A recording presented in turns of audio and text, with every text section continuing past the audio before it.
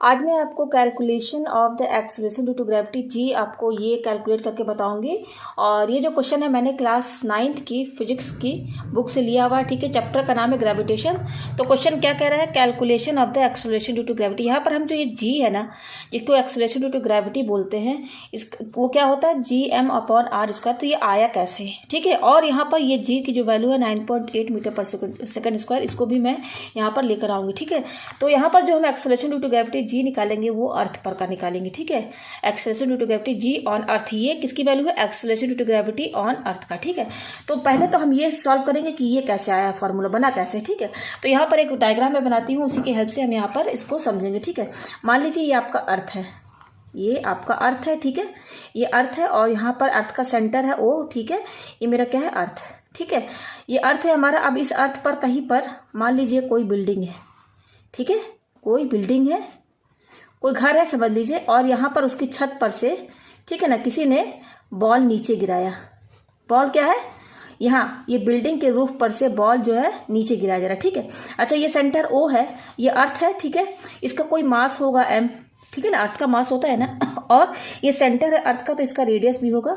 Radius क्या है, यहाँ से सेंटर ओ से यहाँ तक आर है। ठीक है, ये रेडियस, चाहे ओ से यहाँ तक का रेडियस लीजिए, चाहे यहाँ से यहाँ लीजिए, ये भी रेडियस हो गया, चाहे आप सेंटर से यहाँ लीजिए, ये भी आर हो गया। तो अर्थ का रेडियस भी है और अर्थ का मास भी है। ठीक है, इसकी न्यूमेरिक वैल्यू भी है। तो अब यहाँ बिल्डिंग के रूप पर से इस बॉल को गिराया जाएगा, तो ये बॉल कहाँ गिरेगा, ऊपर तो जाएगा नहीं, नीचे ही गिरेगा। क्यों, क्योंकि अकॉर्डिंग टू इसाक न्यूटन जी ने क्या कहा है कि कोई भी ऑब्जेक्ट जो होता है, अर्थ क्या करता है, उस ऑब्जेक्ट को अपनी तरफ जो है एक ग्रेविटेशनल फोर्स से खींचता है। ठीक है ना, और वो ग्रेविटेशनल फोर्स क्या निकला है, क्या बताया गया था, according to universal law of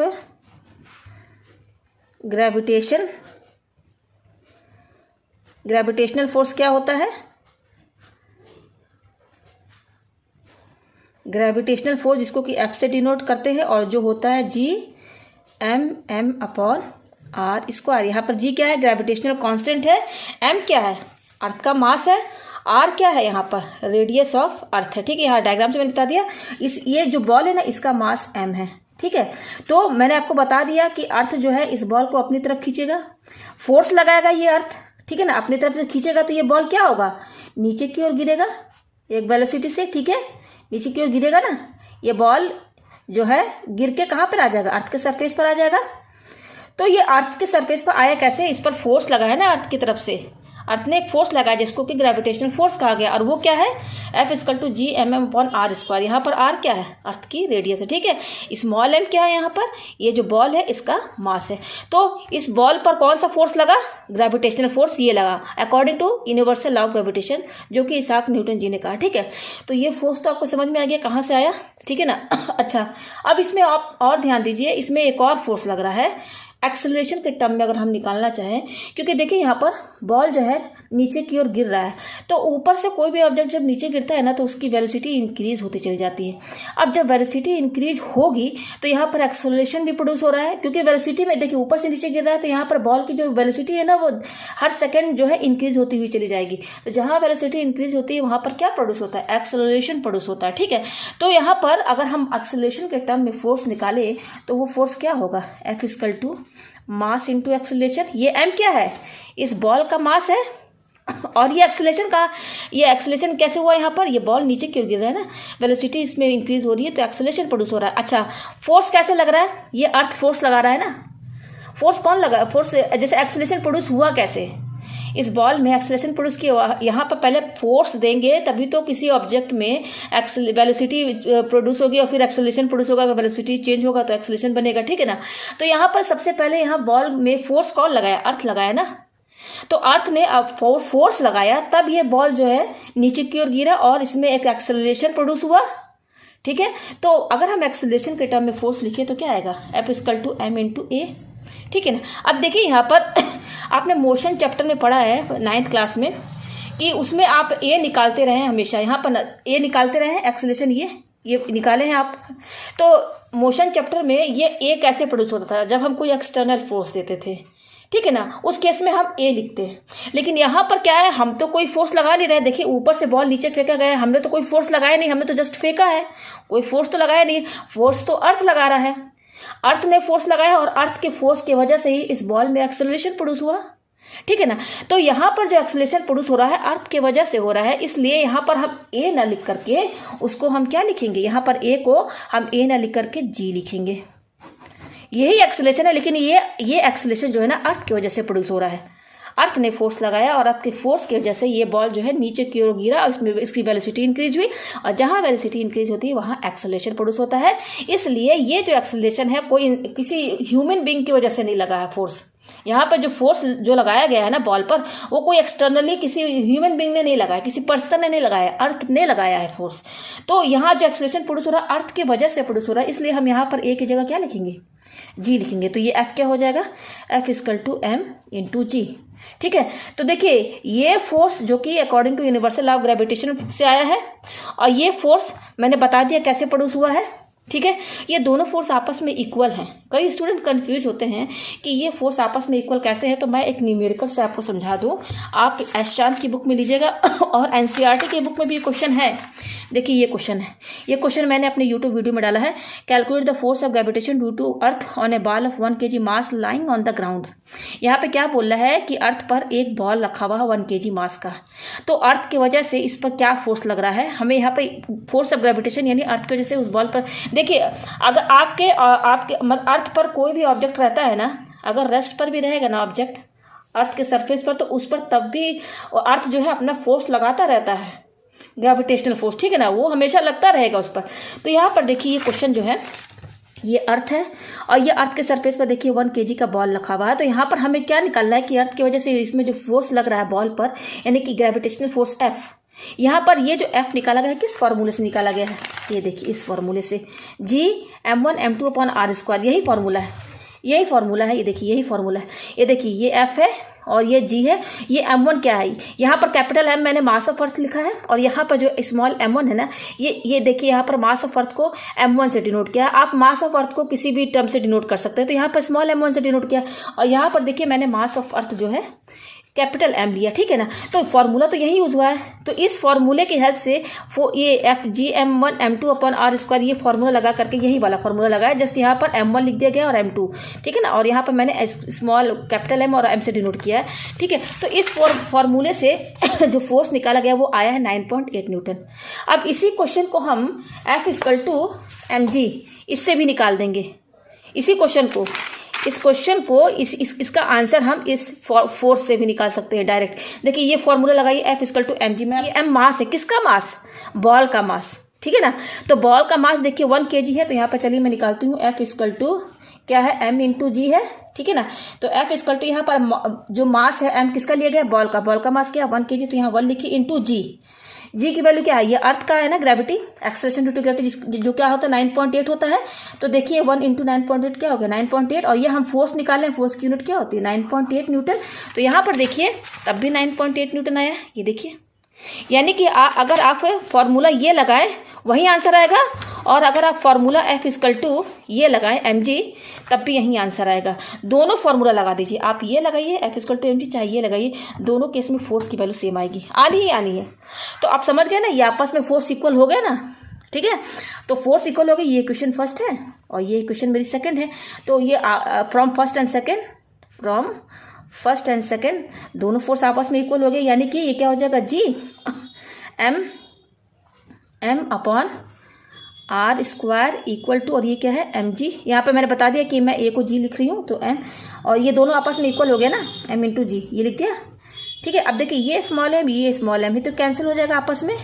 तो यहाँ से देखिए जी की वैल्यू क्या आई, क्या बच रहा है, G M upon R square, ये आ गया। यहाँ पर ये लाना था, कैसे आया है मैंने ला दिया यहाँ पर, ये प्रूफ हो गया।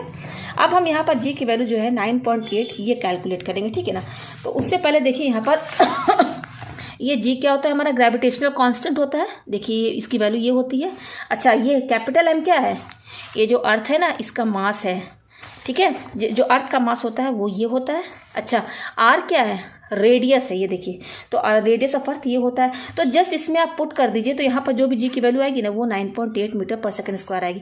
और ये एक्सेलरेशन है, मैंने बता दिया एक्सेलरेशन की यूनिट क्या होती है, मीटर पर सेकंड स्क्वायर, ठीक है। अच्छा, यहाँ पर ये जो आर है ना, ये क्या है, रेडियस ऑफ अर्थ है। देखिए, जब इस अर्थ की वजह से इस बॉल पर जब फोर्स लगेगा तो ये बॉल नीचे गिरकर कहाँ पर आ जाएगा, सरफेस पर आ जाएगा। तो सरफेस पर आ जाएगा तो यहाँ सेंटर से और इस बॉल, ये सेंटर है अर्थ का और ये बॉल, इनके बीच के डिस्टेंस क्या है, आर ही तो है ना, रेडियस ही ना होगा ना। ये अगर हम सेंटर ओ से ले और ये बॉल यहाँ नीचे आ गई तो इनके बीच का दूरी क्या है, रेडियस ही तो है ना, अर्थ का रेडियस ही तो होगा इसका, इनके बीच का डिस्टेंस। तो वो आर यहाँ पर ये लिया गया है, ठीक है ना, ये आर यहाँ पर लिया गया है। तो अब जस्ट चलिए हम वैल्यू रखते हैं। तो हमारा जी क्या आया है, हमारा जो जी आया है स्मॉल जी, वो आया है Gm/r²। तो चलिए वैल्यू पुट करते हैं। जी इक्वल टू कैपिटल जी क्या होता है, ग्रेविटेशनल कांस्टेंट, ये वैल्यू आप याद कर लीजिए। तो कितना दिया हुआ 6.7 इंटू, और ये क्या है 10⁻⁻11।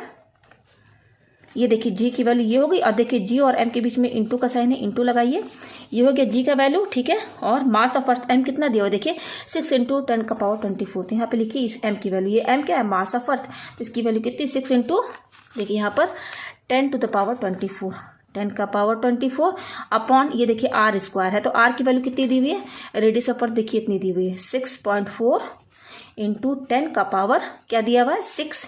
ये तो r हो गया, लेकिन यहाँ पे क्या लगा हुआ स्क्वायर, तो ऐसे स्क्वायर लगाइए, ये हो गया। अब देखिए ये जी क्या है, एक्सेलरेशन है, किसकी वजह से, एक्सेलरेशन अर्थ की वजह से प्रोड्यूस हो रहा है। तो ये एक्सेलरेशन ही है हमारा, एक्सेलरेशन ड्यू टू ग्रेविटी। तो ये एक्सेलरेशन की यूनिट क्या रहेगी, मीटर पर सेकंड स्क्वायर। यही एक्सेलरेशन की यूनिट होती है, अपने मोशन चैप्टर में पढ़ा है, एक्सेलरेशन की यूनिट ये होती है। तो यहाँ यूनिट भी लिखते हुए चलिए, इसका जो भी वैल्यू आएगा उसकी यूनिट तो यही रहेगी ना, ये हो गया। अब चलिए इसको सॉल्व करते हैं हम, ठीक है। तो जी इक्वल टू क्या है 6.7 और ये 6, ये 6.7 और ये 6, इसको मैं साथ में लिख लेती हूँ, ठीक है, इंटू, और ये जो पावर वाला है ना टर्म, ये 2 आ रहा है, 10⁻11 और 10⁻24, इनको मैं लास्ट में लिख देती हूँ, ठीक है, ताकि सॉल्व करने में आसानी हो, ठीक है। ये पावर वाला टर्म साथ में लिख दिया और 6.7 और 6 साथ में लिख दिया अपॉन। अब देखिए इस पूरे टर्म में स्क्वायर लगा, यानी कि ये टर्म हमको 2 बार लिखनी होगी, तो 2 बार लिखिए 6.4 इंटू 10⁻6 इंटू, अगेन इसको लिखिए क्योंकि यहाँ स्क्वायर लगा, 6.4 इंटू 10⁻6 और मीटर पर सेकंड स्क्वायर, ये हो गया। अब देखिए जी इक्वल टू ये हो 6.6 इंटू 6 लिखा हुआ है इंटू, अब देखिए यहाँ पर ये क्या है 10⁻11 और ये 10⁻24। तो ये तो आपने 9th में पढ़ा ही है, पावर और एक्सपोनेंट। जैसे हमें ये सॉल्व करना है ना, इस पर ध्यान दीजिए, 10⁻11 और 10⁻24 क्या लिखा हुआ है, 10⁻11 और 10⁻24, यही है, इसको सॉल्व करना है। तो आपने क्लास 9th में पढ़ा है, अगर x का पावर m हो और x का पावर n हो, यहाँ पर देखिए बेस हमारा क्या है, x सेम है, इस केस में पावर क्या होते हैं, ऐड हो जाते हैं। तो यहाँ पर भी देखिए बेस 10 है, यहाँ पर बेस 10 है, सेम है, तो यही फॉर्मूला रहेगा। तो इस केस में क्या होगा, ये दोनों पावर ऐड हो जाएगा। तो ऐड करेंगे तो कैसे, ये पहला पावर क्या दिया हुआ -11, फिर ऐड करना तो प्लस साइन लगाइए, और ये क्या है 24 लिख दिया, फिर ये क्या हो जाएगा 10। अब देखिए ऐड का साइन लगा दिया, लेकिन यहाँ पर माइनस पहले से ही लगा हुआ है इसके पावर में, तो ये माइनस प्लस क्या हो जाएंगे माइनस। तो 24 में से 11 माइनस कीजिए तो क्या आएगा 13।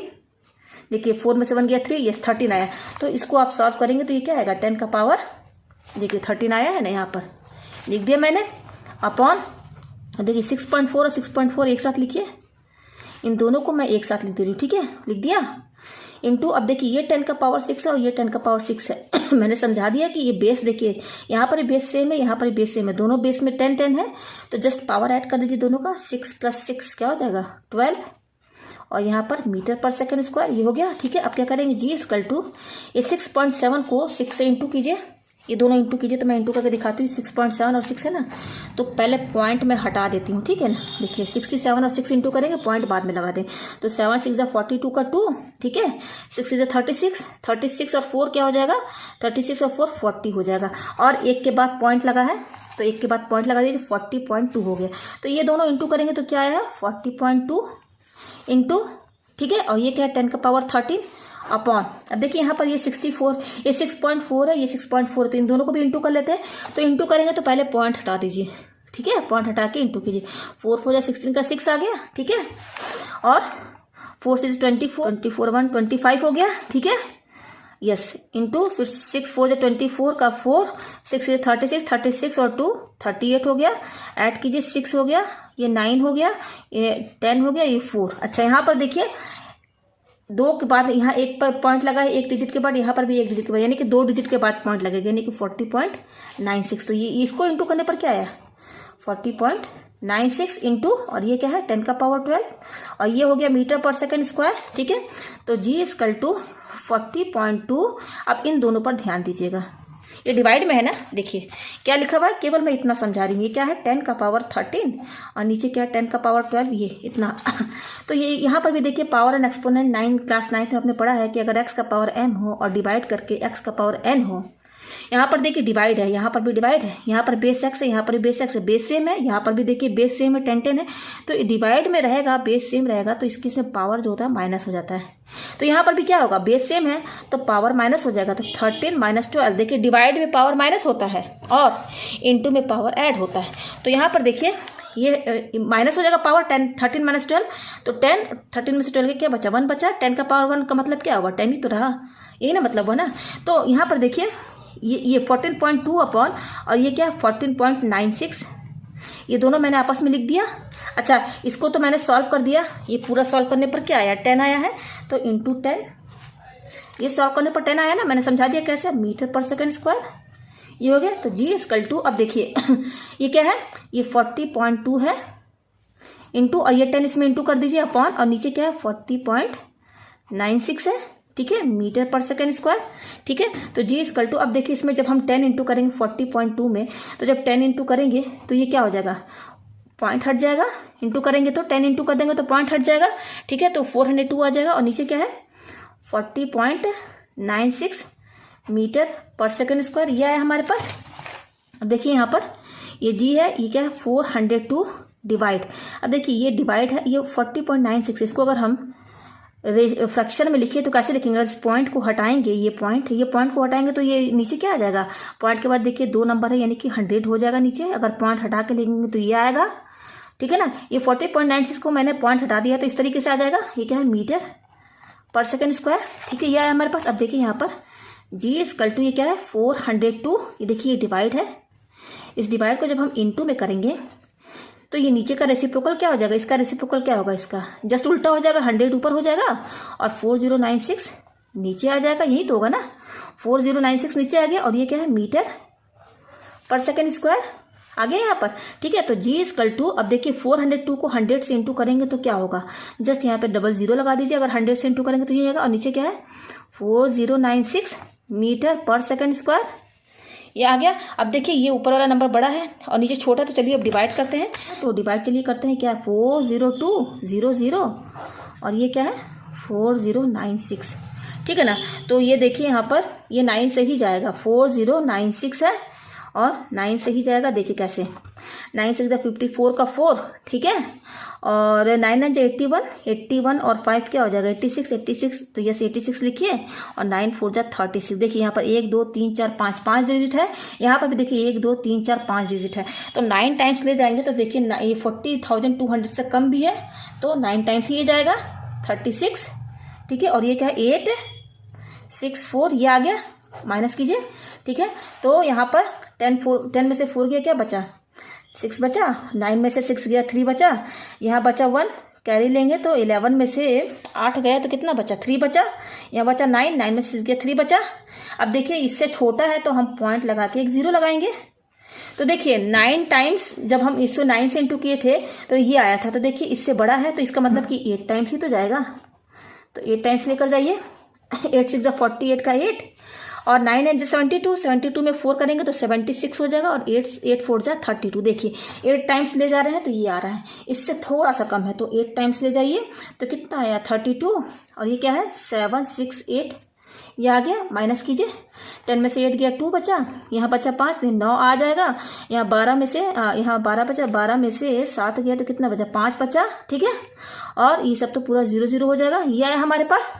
ठीक है, तो अब यहाँ पर एक 0 लगाइए, 0 लगा दीजिए, अब 1 टाइम्स ले जाइए तो 4096। ठीक है, तो बस 9.81, या तो फिर आप अगर क्योंकि आंसर 9.8 आना है तो आप इसको अगर पॉइंट के बाद एक डिजिट लेना चाहते हैं तो ये 8 होगा। ठीक है ना, 8 कैसे होगा, क्योंकि देखिए 8 के बाद क्या है 1 है, 5 से कम है ये, तो 5 से कम रहता है तो जो इसके पहले वाला डिजिट रहता है वो सेम रहता है, यानी कि 9.8 हम इसको लिख सकते हैं, ठीक है ना। तो यहाँ पर देखिए जब हमने इसको सॉल्व किया, डिवाइड करके मैंने दिखा दिया, क्या आया 9.81 आया है, और इसको हम 9.8 लिख सकते हैं, ठीक है, मीटर पर सेकेंड स्क्वायर। तो यहाँ पर जी की वैल्यू मैं लेकर आ गई। तो उम्मीद है कि आपको ये कैलकुलेशन अच्छे समझ में आ गया होगा।